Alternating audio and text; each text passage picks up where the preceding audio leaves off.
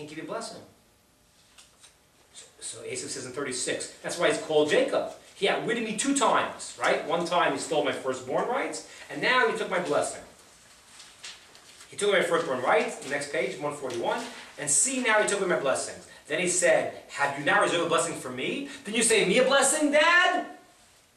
He says, Isaac answered and said to Esav, behold, a Lord have I made him over you. I made him in charge. For you, what can I do, my son? What can I give you? I made him your boss. Everything you get is his. That's a principle. If there's a slave and a master, everything that the slave gets goes to the master. I can't give you anything. There's nothing I can do for you. It's useless. Esav flips out. Verse 38. Esav to his father, have you only one blessing, father? Bless me too. And Esav cried. He raised his voice and he wept. Started crying. So Isaac his father answered and said to him, behold, the fatness of the earth shall be your dwelling, and the dew of the heavens from above. And he starts giving him a blessing. Now on your sword you'll live, and etc., etc. Now, that little transaction is bizarre. Why is that bizarre? Someone help me out. What's weird about that? There's a lot of weird stuff about that. Surely he could have given a second blessing. He's not limited to one blessing. Right. He could have given a second blessing. Right. Now let me ask you another question. He thinks this person that he gave the blessing to is who? Esav. Okay. Now, we understand that Esav sort of fooled him, or didn't fool him. But Jacob, everyone knew was a righteous person. So think about it. In Yitzchak's mind, he's giving the blessing to this person, and he's making the brother a slave. He thinks it's Esav. Why in the world would he not save anything for Jacob? Jacob was a good guy, according to everyone. Why in the world was Yitzchak doing this? Making one subservient to the other. And in his mind, he's putting Esav on top, and us, the Jewish people, we're cleaning the bathrooms. What's going on? At least saves, I don't understand. Don't you love both of them? Why just sell out Jacob, according to your own rationale? It's bizarre. Any other question? It's a very serious question. What happened to Jacob? Okay? Let's go one more step here. So, and then we have Malcolm's question. And he says, there's no other blessings? He says, no, I can't give any more blessings because you're a slave to him. So what happens? Esav says, please, please, please. He says, okay, sure, here's no blessing.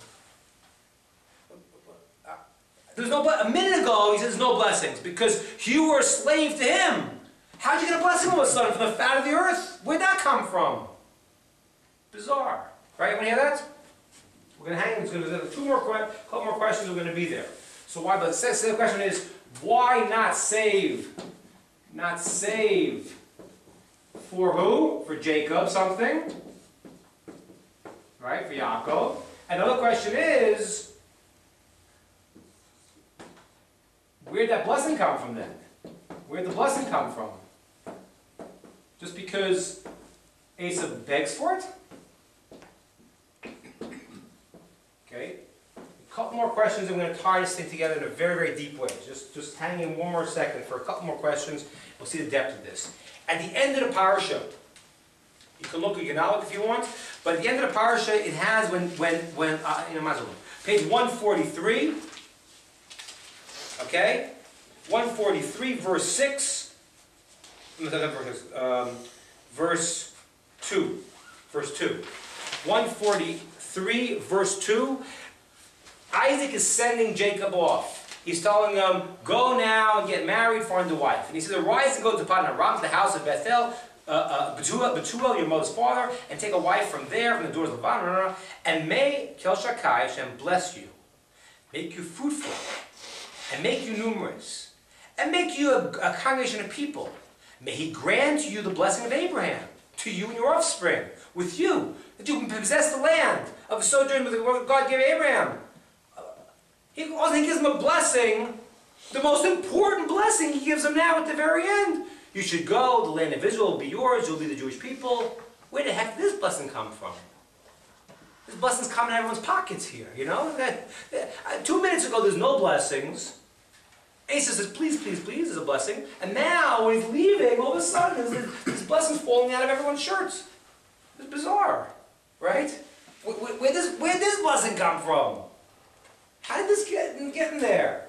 So the last blessing of Abraham, of the land of Israel, the land, where's that from?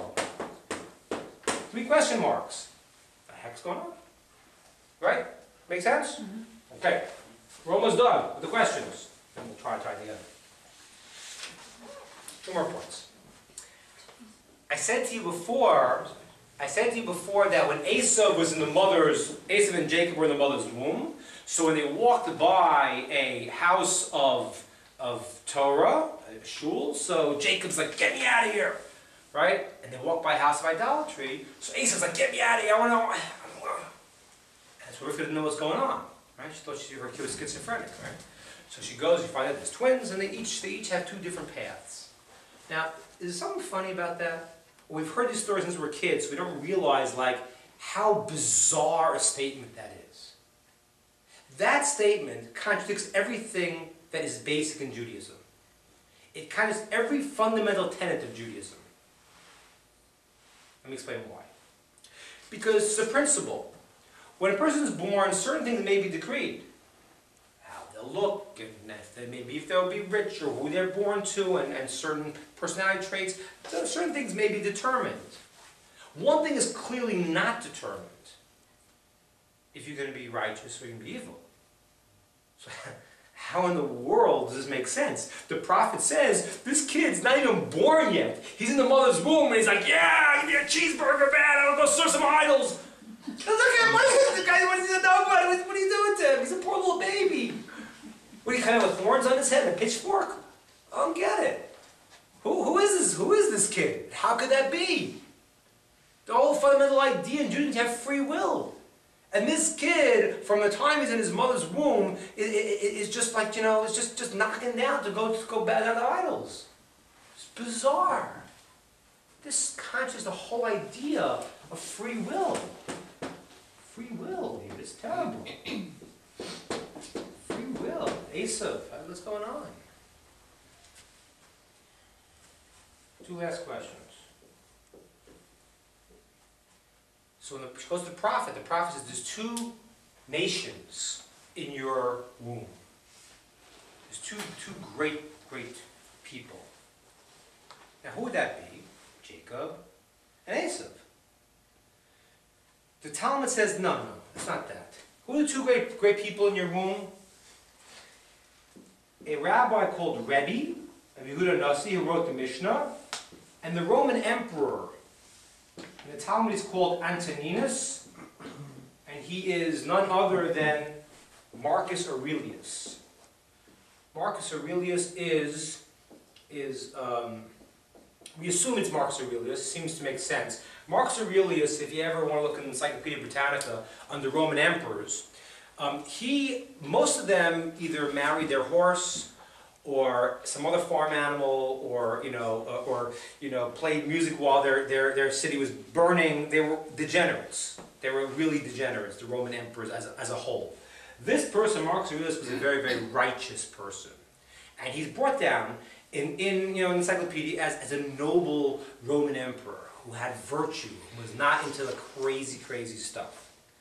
So somehow Rashi tells us these two nations inside, these 2 proud nations inside her mother's womb, because the text says, doesn't say this, it says proud nations. The text says proud. I was referring to these 2 people. Why didn't you say it's referring to Jacob and to Esau? Were you fast forwarding history getting here? And the last question is, this one, trickery. Last question. Jacob is known as Ish Emes, man of truth. We talked about it in Shul last week, 2 weeks ago. Very bizarre how it works. Isaac says, "Who are you? Who are you?" And Rashi tells us that what Jacob answered was, "It is me, comma, Esau, the eldest." That's honest. It's me, Esau the eldest. But what Jacob said, it's me, Esau the eldest. That's not honest. If Jacob is the man of truth, how does he have to go and come to such trickery? That is the final question. And there's a lot of questions tonight, but this hopefully is going to open up an entire universe for us. Okay? Any more questions before we go on?